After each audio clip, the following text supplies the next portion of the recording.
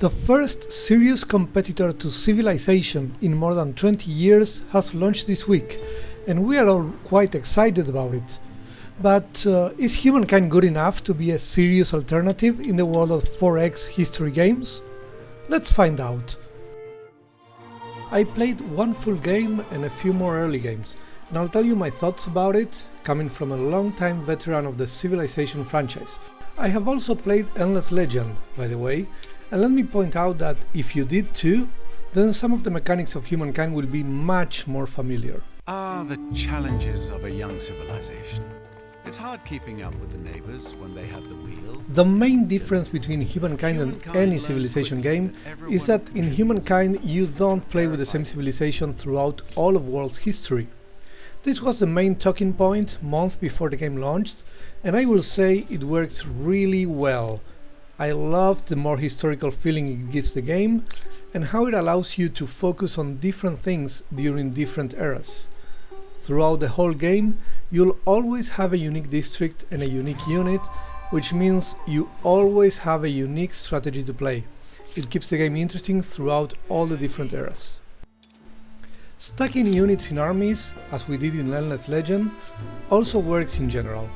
Making use of the terrain becomes even more important than in Civilization, especially when it comes to elevation. I like creating balanced armies, and I also enjoy the siege mechanic that gives the attacker a bigger advantage the longer they can maintain the siege. It feels more immersive in general. They removed the initiative system from Endless Legend, so now the player has more control over the battlefield. Although I'm not sure if attacking is always just easier than defending, which would require some adjustment, or if it's just that it felt that way during the few battles I've played so far. The random events are way less punishing and more fun than they were, for example, in Civilization 4. They motivate you to both keep some money in hand for an emergency and to invest that money in the happiness of your people. The city management is similar to Endless Legend, with every citizen being a specialist in creating food, money, production or science. It's a good system that makes micromanaging and specializing cities easy and intuitive. I like it. The victory system is very original. There are many ways in which the game can finish, but only one way to win, getting more fame points than your rivals. This means you are no longer in a race to get the final stages of the game first. Instead, you sometimes just want to intentionally delay an era to get more stars. So far, I'm really enjoying this new approach. Buying a resource from another leader has a higher cost depending on how far the source of the product is from you, which I think makes perfect sense. You can also trade maps. You could do this in previous Civilization games, and I miss it a lot in the newer versions of the Sid Meier's saga.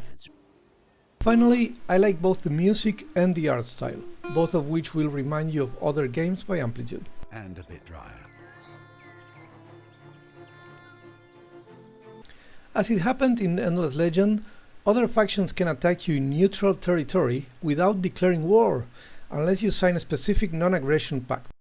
I find this mechanic ridiculous, and I think it also limits the exploration in the early moments, which is an important part of any 4X game. The war support mechanic has a lot of potential, but I find that it limits too much what you can get out of a conquest. I virtually destroyed every single unit of an enemy faction once and occupied all of their main cities, but I still didn't have enough war support to make them my vassal or to keep most of the conquered territory. It feels like this should be adjusted.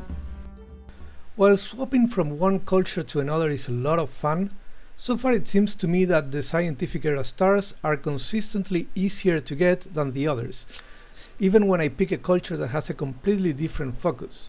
Playing as the Dutch, for example, I tried to get as many commercial districts as possible, but it was still very difficult for me to get those stars. Instead, I kept getting the scientific ones, even without making any effort. In general, there are many small issues with excessive notifications, messy interface and other minor things that I hope will receive a patch soon. For example, I found a path that was outside the game area, whatever that means. I got a unit inside enemy territory, but this only stopped me from moving after I met them, without kicking my unit outside of their land for not having open borders. It took me a few tries until I saw that I could move my unit if I selected a destination outside the borders. This was very unintuitive. The art style is beautiful, but it's difficult to see everything that's relevant to the players in the map. The icons for resources, for example, all look the same. Finally, resources require some balancing, especially in the final part of the game.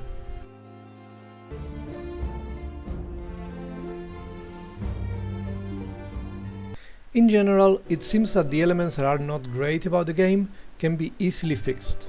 Some animation speed sliders, some balance adjustments here and there, a slightly clearer interface, and pretty much all of my issues with this new game would be gone. I think we can safely say that Humankind is here to stay, and we will have fun with it for a long time. Be ready for full gameplays on this channel and some strategy guides coming as soon as I finish optimizing my game. For more content on Humankind, Civilization and other strategy games, don't forget to subscribe and remember to hit the like button, it really helps small channels to grow. And as always, thank you for watching.